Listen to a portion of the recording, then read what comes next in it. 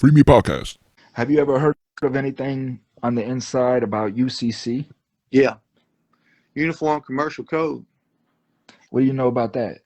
That's what everybody's operating under, not just people that are trapped under the war on drugs or trapped in the war on terror, because you got people still being held indefinitely under war on terror and they never been charged. Now, once the war on terror, they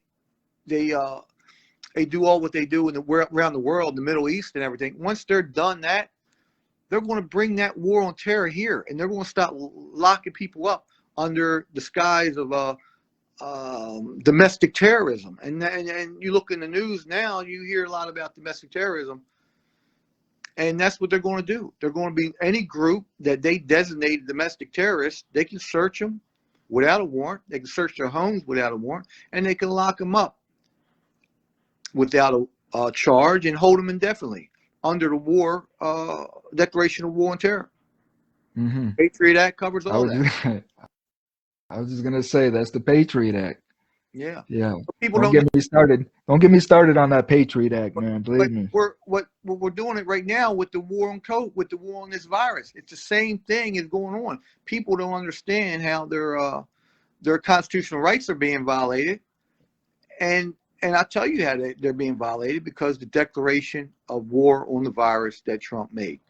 He didn't know what can of worms he was opening up when he did it, but he realized it and wanted to close it. And these lawmakers ain't ready to close that war on the virus until they spend another $10 trillion. It's about money for big military industrial complex or big pharma. It's all about money. We, the people, don't matter. Oh, we matter. We just don't like what we matter about. You see, that's the thing. We want to live free because that's what we've been told. But it's all been a sham. The whole thing has been a sham. Definitely. And now I think what's coming to light is that people are starting to understand that they've been bamboozled. I'm not the first one telling them this.